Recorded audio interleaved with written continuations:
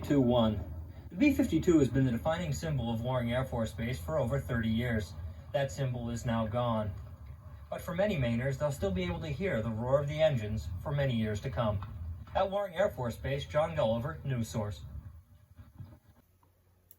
Your business can benefit from the Northern Maine experience, and with a significant advantage: the strategic location and first-class facilities at the former Loring Air Force Base.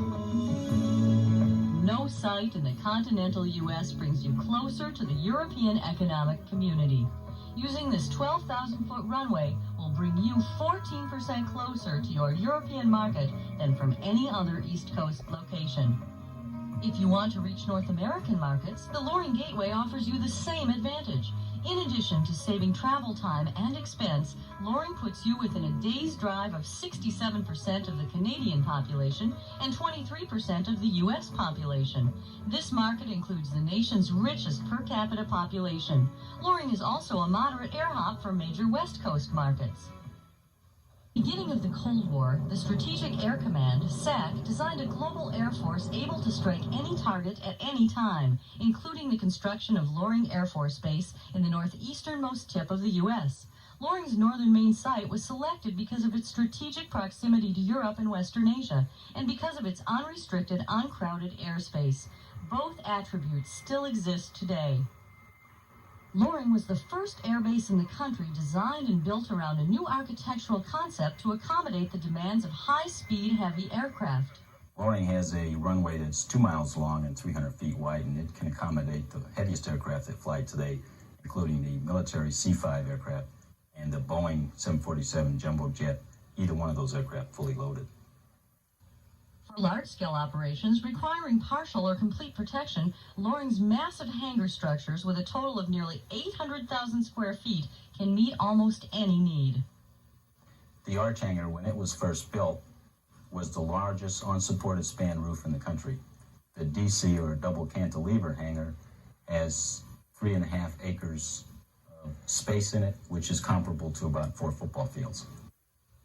Whether the markets you need to access are on the North American or European continent, you can reach them quicker and more economically from the Loring Gateway. If square footage is a challenge for your business, consider one of Loring's industrial facilities, such as this impressive 115,000 square foot maintenance facility. Recently constructed commercial facilities include the 42,000 square foot base exchange and the 48,000 square foot commissary. Built in 1986, they both offer solid construction and flexible floor plans. In fact, throughout the 1980s, the U.S. government spent $350 million upgrading Loring, leaving us a facility that is in excellent condition. Then, the end of the Cold War also spelled the end of many U.S. military installations, including Loring Air Force Base. As a result, $350 million in new construction, plus pre-existing facilities, are available for almost every imaginable type of business operation.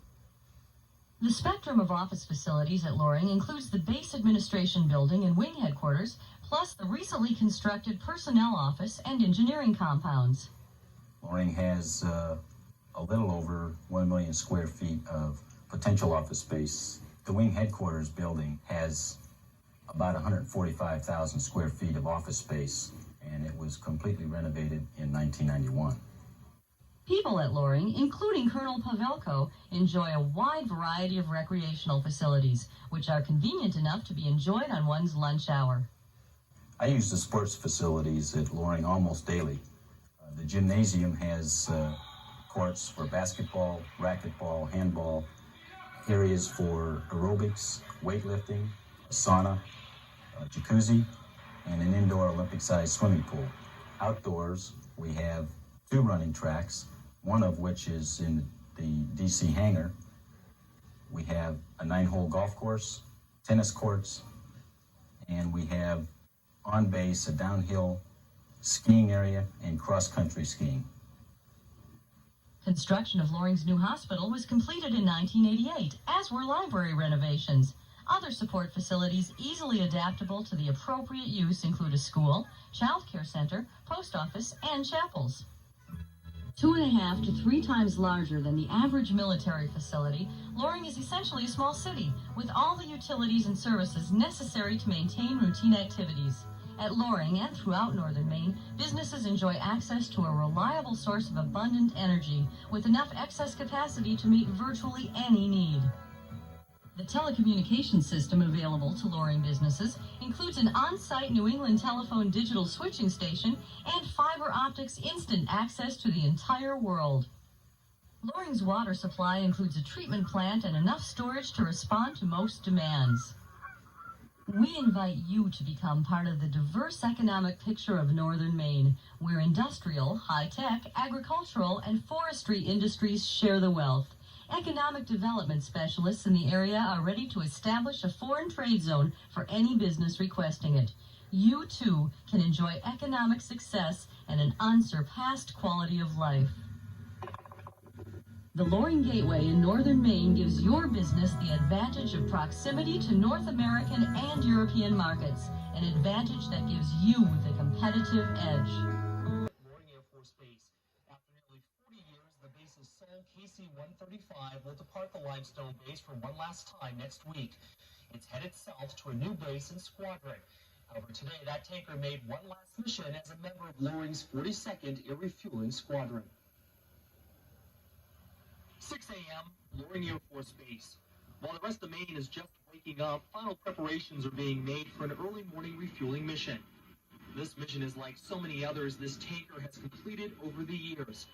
Rendezvous with a C-141 cargo plane over upstate New York and refuel the aircraft. A 4-hour mission that will take this KC-135 over 4 northeast states. But despite the similarities, this trip is very different. It's the last time a tanker from Loring will be called to duty, as the base readies for closure later this year. We've all really enjoyed it here. They always talk about the people, and not just the people that we work with on base, but the city in general. Everybody likes it up here, and we're all going to be sorry to go. Our crew from McLaughlin Air Force Base in New Jersey has the honor of piloting the last aircraft ever to be refueled by a KC-135 from Loring.